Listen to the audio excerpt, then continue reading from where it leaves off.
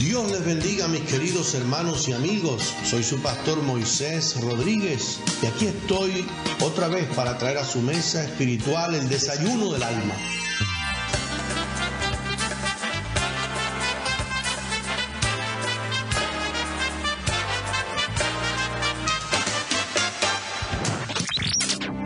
Hoy quiero compartir con ustedes la palabra de Dios basado en el libro de Números, capítulo 25. Sería muy lindo si usted puede en su casa tomar la Biblia y estudiar la palabra de Dios en este hermoso libro de la Biblia, el libro de Números. Y le sugiero el estudio desde Número capítulo 22 hasta Número capítulo 25. Hay ahí una serie de relatos históricos que usted debe conocer. Pero hoy nos basaremos en Número 25 y quiero hablarles bajo el tema una lanza contra el pecado. El suceso del cual hablaré hoy tuvo lugar durante la peregrinación de Israel por el desierto camino a la tierra prometida. Exactamente cuando estaban cerca del lugar que Dios le habría de dar por herencia. El pueblo de Dios había tenido muchas victorias contra todos los que se opusieron a su travesía, de modo que se había convertido en el temor de los pueblos circunvecinos. Por eso, al llegar Israel cerca de Moab, el rey Balac quiso conseguir a sueldo a algún profeta que los maldijera para que no siguieran prosperando. Para ello, conquistó el corazón de alguien que hasta aquí se conocía como un profeta de Dios, el cual se llamaba Balaam. Este aceptó ir a Moab, atraído por las recompensas humanas, y viéndose imposibilitado de proferir maldición contra Israel, enseñó a Balac a poner tropiezo a los hijos de Israel. Tal es así que en el libro de Revelaciones, allá al final de la Biblia, Apocalipsis capítulo 2:14, la Biblia dice que Balaam enseñaba a Balac a poner tropiezo ante los hijos de Israel, a comer cosas sacrificadas a los ídolos y a cometer actos de inmoralidad. Cuán triste es empañar el ministerio por el amor al dinero. Qué penoso es que los hombres de Dios vendan su conciencia y sirvan de raíz para que el pecado se prolifere. Amados, nunca sirvamos de puente para el mal. Seamos instrumentos de bendición en las manos de Dios. El capítulo 25 del libro de Números ofrece una secuencia detallada de los sucesos acaecidos en Moab, sus efectos, consecuencias, así como el método usado por Dios para detener la mortandad causada por el pecado. Lo primero que vemos en el relato bíblico es la estrategia del pecado. La Biblia dice en los dos primeros versículos: moraba Israel en Sitín y el pueblo empezó a fornicar con las hijas de Moab, las cuales invitaban al pueblo a los sacrificios de sus dioses. Los moabitas eran enemigos de Israel y descendientes del incesto de las hijas de Lot con su padre. Los madianitas eran habitantes del desierto que tenían fronteras en Moab y descendían de la unión de Abraham con Cetura. La estrategia enemiga fue una simple invitación a los israelitas por parte de los moabitas o de las mujeres moabitas para asistir a los cultos de Baal, donde tenían lugar los ritos más licenciosos, por lo que la iniquidad era doble, ya que añadían a la impureza moral la adoración de los falsos dioses, con gran desprecio del Dios de Israel, el único Dios vivo y verdadero. Una circunstancia sumamente agravante de estos pecados era que los cometiesen en Sitín, porque allí estaban en un lugar desde donde tenían la vista de la tierra prometida, en la última parada antes de cruzar el Jordán. Y desde allí, viendo ya la herencia, los hijos de Israel pecaban de esta manera contra Dios. Debemos, hermanos, discernir las estrategias del diablo y reprenderlas. La Biblia dice que no participemos de las obras infructuosas de las tinieblas, en Efesios 5, 1 al 11. Porque vergonzoso es aún hablar de lo que ellos hacen en secreto. Lo que tenemos que hacer es reprender las obras infructuosas de las tinieblas. Debemos cuidarnos, hermanos, de las trampas del enemigo, pues a veces llegan cuando estamos cerca de la victoria anhelada, o en el momento de mayor crecimiento personal, o cuando estamos a punto de lograr una meta importante en la vida ministerial.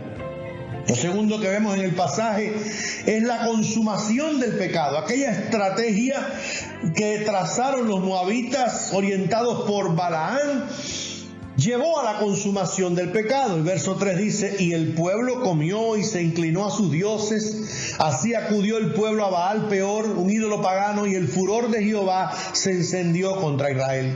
Los israelitas cayeron en la trampa. El pueblo fue seducido hasta el punto de establecer una íntima relación donde se comprometieron los principios morales y espirituales del pueblo de Dios. Recordemos que la ley decía: no tendrás dioses ajenos delante de mí. Éxodo 23. Podemos inferir al estudiar este pasaje que un espíritu de desobediencia y obstinación se desató en el pueblo. Y esto, hermanos, despertó la ira de Dios. No hay embrujo tan fatal como el que producen las propias concupiscencias. Santiago 1:14 dice: cada uno es tentado cuando de su propia concupiscencia es atraído y seducido. Entonces la concupiscencia, después que ha concebido, da a luz el pecado, y el pecado, siendo consumado, da a luz la muerte. Es imposible consumar un acto de pecado sin despertar la ira de Dios, porque Él no comparte su gloria. Vemos en tercer lugar entonces la paga del pecado. De aquella estrategia de pecado llevó al pueblo a la consumación del pecado, y una vez consumado el pecado vino entonces lo que es la consecuencia, la paga del pecado. Dice la Biblia en los versos 4 al 5: y Jehová dijo a Moisés: toma a todos los príncipes del pueblo y ahórcalos ante Jehová delante del sol, y el ardor de la ira de Jehová se apartará de Israel. Una medida drástica contra el pecado. Aquí se puede ver cuánto ofende a Dios la idolatría, la desobediencia, la rebelión, y que el plan de Dios era el exterminio de estas prácticas. Entonces Moisés dijo a los jueces de Israel: matad cada uno a aquellos de los vuestros que se han juntado a ese ídolo Baal Peor. Y hermano, les tocó a los líderes hacer la dura tarea de matar a los idólatras, como siempre, como dice Romanos 6:23, porque la paga del pecado es muerte. Tenga en cuenta la responsabilidad que tenemos los líderes con el hecho de cortar el pecado. Mucha gente ofende a Dios, mancha la santidad, desprestigia a la iglesia, y aunque a todos nos duele, a los que le toca enfrentar el pecado es a los líderes del pueblo de Dios. Por eso casi siempre nos buscamos enemigos y amenazas. De ahí que líder no puede ser cualquiera. Los líderes deben tener responsabilidad y temor de Dios. En medio de este ambiente vemos que el pecado fue desencadenando otras maldades, y ahora aparece la obstinación del pecado. En el capítulo 25, verso 6 dice: y he aquí un varón de los hijos de Israel llamado Sinri vino y trajo una madianita a sus hermanos. Esa madianita se llamaba Cosbi, a ojos de Moisés y de toda la congregación de los hijos de Israel, mientras lloraban ellos a la puerta del tabernáculo de reunión. A pesar de lo que estaba sucediendo, aunque este varón era testigo del ardor de la ira de Dios, no quiso arrepentirse, sino que obstinadamente fue a incrementar su pecado, pretendiendo burlarse de Dios y de su obra. Este es el colmo de la rebelión, de la terquedad, de la obstinación. Fue este el mismo pecado del rey Saúl, no se olviden. Hermanos, Sinri representa a todos los hijos del pueblo de Dios que tienen sus leyes, estatutos y preceptos. Cosbi representa a los hijos del mal que nada saben de la voluntad de Dios. Lo triste de este pasaje es que fue Sinri quien salió en busca de Cosbi. Esta escena se repite hoy día cada vez que un cristiano va en retroceso y en abierta contradicción a Dios y su palabra, en busca de lo que Dios no aprueba. Sinri y Cosbi fueron un mal ejemplo para su generación. generación y lo siguen siendo para las generaciones actuales. Sinri y Cosbi representa un espíritu de rebelión que quiere resurgir con fuerza dentro del pueblo de Dios.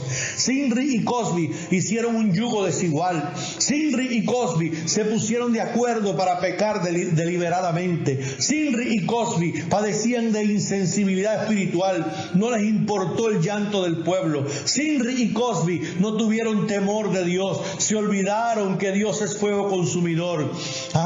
Sinri y Cosbi no tienen cabida en la congregación de Jehová. Así estaba el panorama. ¿Cuál fue entonces la salida del pecado? En Número 25, 7 al 9 dice: y lo vio Fines, hijo de Eleazar, hijo del sacerdote Aarón, y se levantó de en medio de la congregación y tomó una lanza en su mano y fue tras el varón de Israel a la tienda y los alanceó a ambos, al varón de Israel y a la mujer por su vientre. Fines, un hombre lleno de celo por la santidad, le puso fin al pecado con su lanza. A Fines lo movió el celo de Dios y el amor al pueblo de Dios. Él sabía que el pecado de algunos estaba afectando a muchos. Fines representa al tipo de líder que no puede sentirse bien cuando las cosas andan mal. La lanza de Fines es un ejemplo de cómo hay que atravesar el pecado y no dejarse atravesar por él. Es un ejemplo de que el pecado solo se redime con sangre. Ninguna persona que peque puede pretender que su falta sea encubierta o tratada a la ligera, pues el pecado es abominación a Dios y tiene efectos colaterales dentro del pueblo de Dios. La Biblia dice en el verso 7: y cesó la mortandad de los hijos de Israel, y murieron de aquella mortandad 24,000. ¿Cuántas víctimas, hermanos, por causa del pecado? Y solo cesó la mortandad cuando hubo alguien que frenó con su reacción el pecado.